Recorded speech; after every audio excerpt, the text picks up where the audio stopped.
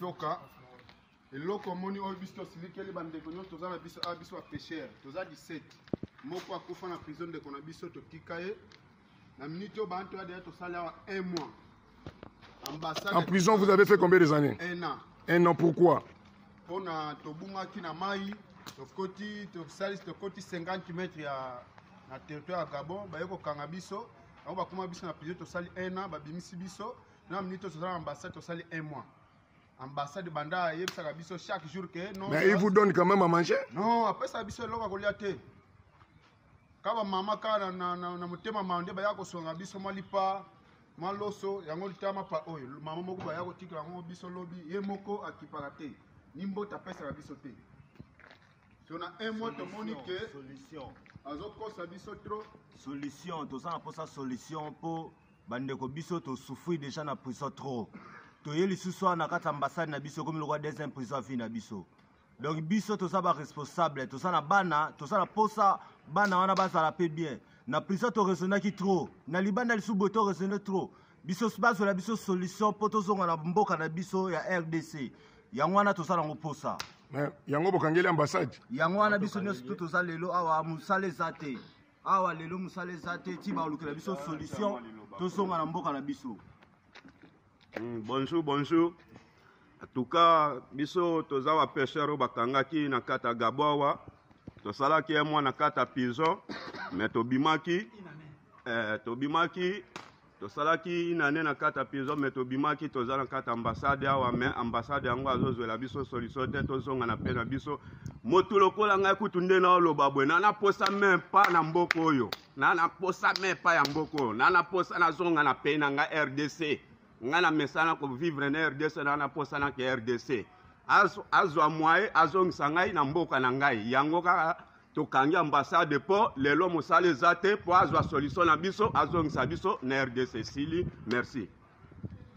Voilà, ça c'est nos compatriotes congolais ils étaient arrêtés ici au Gabon parce que ce sont des pêcheurs, ils avaient perdu la route, se retrouvaient dans les côtes gabonaises. Malheureusement la communauté congolaise, disons, l'ambassadeur, il n'arrive même pas à faire nourrir les frères. Ils sont bloqués.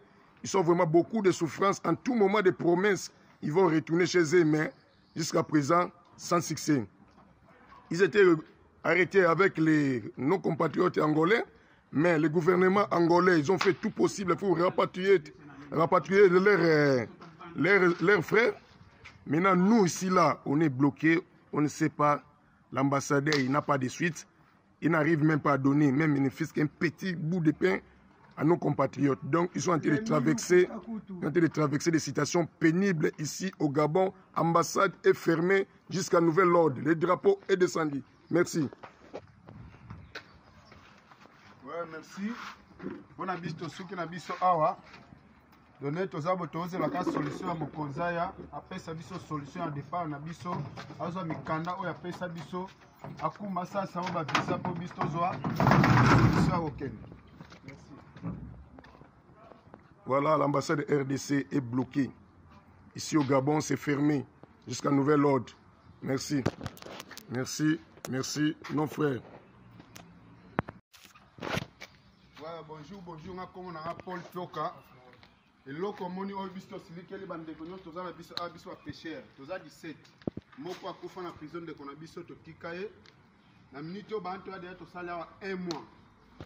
Ambassade. En prison vous avez fait combien des années? 1 an. 1 an, pourquoi? Mpona tobungaki na mai tokoti 50 mètres ya na territoire ya Gabon baye kokanga biso bango bakoma biso na prison tosali 1 an babimisi biso na minute oyo tozala na ambassade tosali 1 mois. Ambassade banda ayebisaka biso chaque jour que non. Mais il vous donne quand même à manger? Non, après ça biso eloko kolia te. Kaba mama ka na motema mande baya kosonga biso malipa maloso yango litama pa oyo mama moko baya kotika yango biso lobi ye moko akipaka te. Nimbo tapesa biso te. Si on a 1 mois de monique solution. Azokosa biso trop. Solution, to ça pour ça solution pour bandeko biso to souffrir déjà na prison trop. To yeli soir na kata ambassade na biso comme le roi des imprisons fi na biso. Donc biso to ça ba responsable, to ça na bana, to ça na posa bana wana baza la paix bien. Na prison to raisonner qui trop, na libanda li suboto raisonner trop.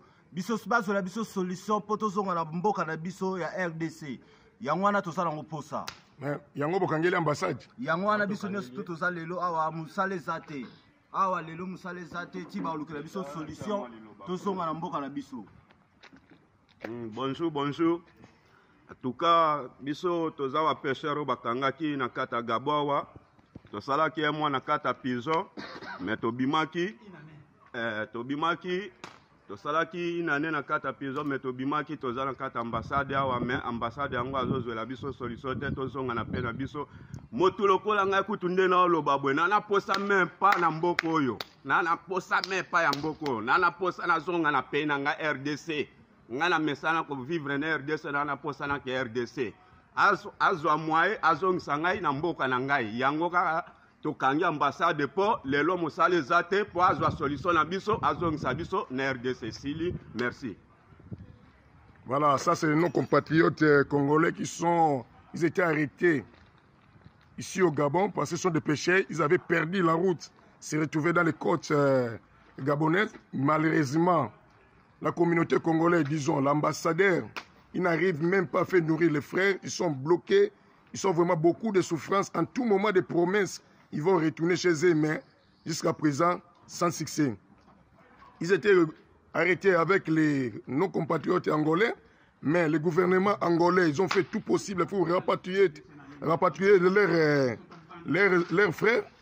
Maintenant, nous, ici, là, on est bloqués. On ne sait pas. L'ambassadeur, il n'a pas de suite. Ils n'arrivent même pas à donner, même ne fût qu'un petit bout de pain à nos compatriotes. Donc, ils sont en train de traverser des situations pénibles ici au Gabon. L'ambassade est fermée jusqu'à nouvel ordre. Le drapeau est descendu. Merci. Ouais, merci. Bon abisto suki na biso awa.